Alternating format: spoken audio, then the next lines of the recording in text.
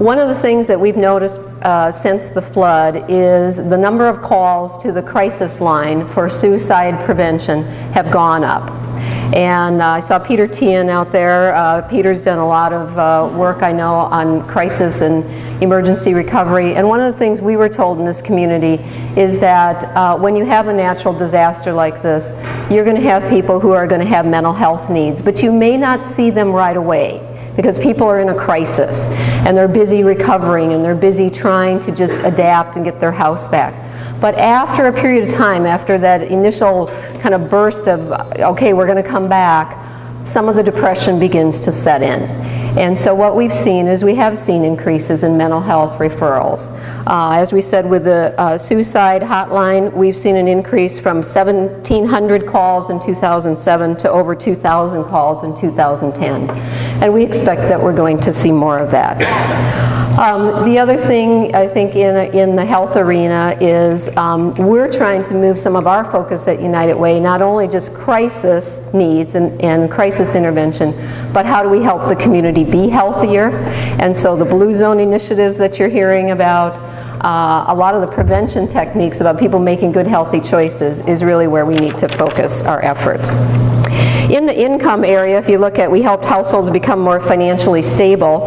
One of the things that's alarming to us that we've been tracking since the flood is that we have seen an increase in homelessness by 39%. So we have 39% more individuals in our community who are homeless than were before the flood. We also see food pantry requests. They're up by about 15%. And the number of people in our community who we call food insecure, meaning they don't have enough money to buy the basic needs for food in their families, has gone up about 12%. So that basic needs that we do such a good job, I think, of funding food pantries and shelters and those basic services that people need in the community, the need has grown tremendously. And the other thing that we're seeing is obviously because of that homelessness data, the housing shortage is really coming to light. Many of our low-income housing was wiped out during the flood, and those people on very moderate to low incomes don't have a place to go right now. So this is a huge issue. The other thing we're seeing related to income is our poverty rates. People who earn less than $20,000 a year for a family, that rate stayed about 12%. But the people who earn between $20,000 and $50,000 for a family of four, now probably doesn't sound too bad, but as you know, if you're trying to support a family of four on $30,000, it's not a lot of money. That has grown to about 24% of our population is in that range. And so they're really having a hard time meeting the needs of supplying things for their family. And when we look at the 6-county area that we serve, we have about 44% of the people in our 6-county service area who fall in that what we call mid-range, kind of a working poor, where they're trying very hard to support their families but aren't earning enough money.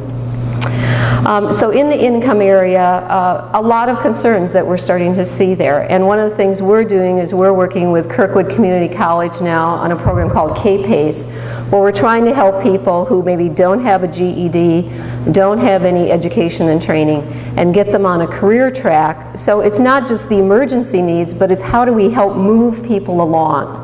Because we're never going to improve the condition in our community if we just meet emergency needs. We really have to look at how do we change the condition, which means getting people job skills.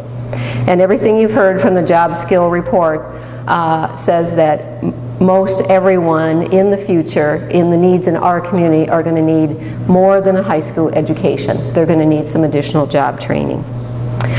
In the area of education, which is where I really want to spend a little bit more time, one of our goals at United Way is to really focus on preschool education and particularly those youth development programs.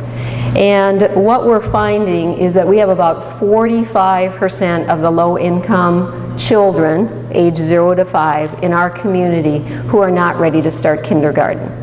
They don't have the skills. So at age 5 already, they're starting behind. And that's a huge, huge concern for us.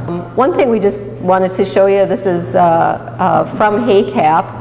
What was really shocking to us is we looked at child care providers. That's the west side of the river, as you can see. And prior to the flood, there were about 29 in-home child care providers on the west side of the river. So families that were working had a place to take their children so they could go to work and children had a place to go. This is after the flood. You'll see the square is closed. There are only 6 open child care providers on the west side of the river, from 29 to 6. So that tells you on the west side, our child care services have really decreased fairly significantly. The other thing that we know, we had about 1,500 children in our community who were displaced from the flood. Now, many of them, because they were in child care centers, many of them have found new places to go. But it's really important that we have that as a service for our children 0 to 5. Our declining enrollment in Cedar Rapids schools, as many of you have been hearing about, is also a great concern. So investing in our children is really important.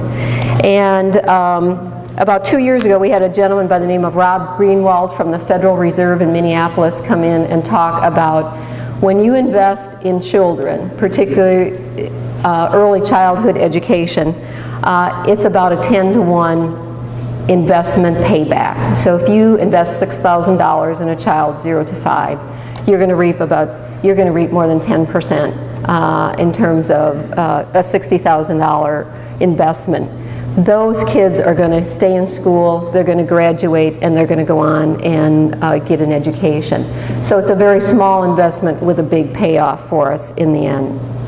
A few things that we're doing in education, just to share some additional information. I know our Kids on Course staff are here, Ruth and Jamin and Hannah. Thanks to the Zach Johnson Foundation, we're investing in 2 elementary schools to help those kids be successful with after-school programs. We've also started a literacy program we're doing in collaboration with HACAP, where we're working with young moms who don't have their children in any kind of daycare or preschool, and we're giving them books and learning materials and parent education so that they can then start teaching their children, and they'll be ready by the time they arrive at kindergarten. The other thing we're doing is a tutoring and mentoring program. So a lot of investment in those early education initiatives.